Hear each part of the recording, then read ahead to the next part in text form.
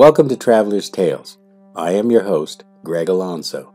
Today I will be your guide through history as we take a look at the Samnites, the people who dared to defy Rome.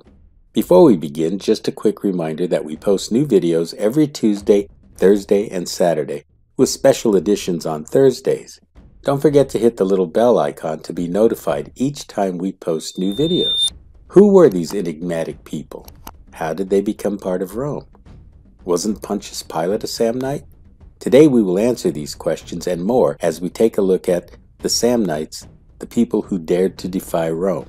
Moving right along, mythology tells us one thing, while archaeology tells us another. The Samnites were an ancient Italic people who lived in Samninium, which is located inland in modern Abruzzo, Molise, and Campania in south-central Italy. The Samnites were an Oscan-speaking people who may have originated as an offshoot of the Sabines. They formed a confederation of 4 tribes, which were the Herpani, Caudini, Caracini, and the Pentri. The Samnites had an economy focused upon livestock and agriculture. Samnite agriculture was highly advanced, and they practiced transhumance. This is a type of pastoralism, or nomadism, which focused on seasonal movement of livestock. Samnite society was stratified into cantons. Each city was a vicus. These cities, or vici, were grouped according to tribes. Aside from this system of government, a few Samnite cities had political entities similar to a senate. It was rare, although possible, for Samnites to unify under a coalition. Normally the tribes and the cities functioned independently from one another. What about the religion of the Samnite people? The Samnites worshiped both spirits called Numina. In Latin, Numen translates as divine presence. Of course, the Samnites also followed the practice of worshiping multiple gods and goddesses. To honor their gods, the Samnites sacrificed animals. They also had votive offerings. This is a place where idols of worship can be displayed. Superstition was also prominent in the Samnite religion. It was believed that magical chants could influence reality. Magical amulets were worn as a protection, and the people believed in augurs, who were ancient priests, and these priests could also see into the future. Samnite priests would manage religious festivals, and they could bind people to oaths. Sanctuaries were also a major part of the Samnite religion. These might have been used to benefit trade networks or mark the border between territories. They may also have been intertwined with the government. These sanctuaries could have also been used to reinforce the identity of the group. The Greek geographer Strabo wrote that the Samnite civilization originated from a group of Sabine exiles. These Samnites were believed to have been led to their homeland by a bull. Upon reaching the land, they sacrificed the bull to the god Mars. Other Samnite tribes claimed to have been guided by different animals.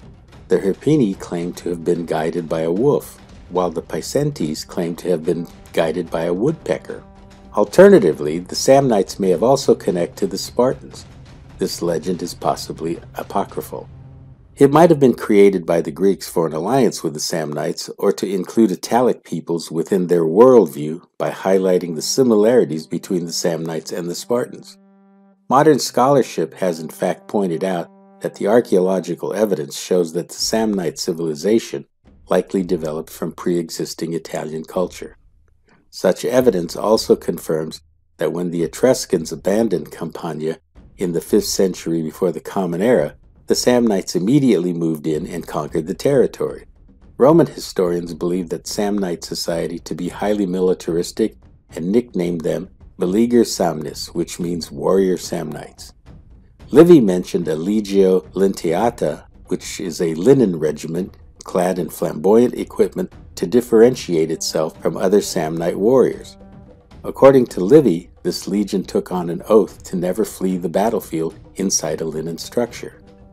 Modern-day scholars believe that this description was designed to highlight the difference between civilized Romans and the barbaric enemies of Rome.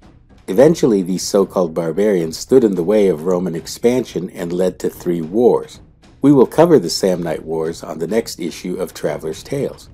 For those of you who stayed with us this far, yes, Pontius Pilate was a Samnite. He was from the clan of Ponti. He proved to be a successful Roman and was promoted to the rank of Roman equestrian. which in our parlance is a knight. Of course, we all know that he was later appointed to prefect of Judea by Emperor Tiberius. This brings us to the end of the Samnites, the people who dared to defy Rome. If you enjoyed this video, please consider becoming a member of our channel. Your support will enable us to continue putting out quality videos.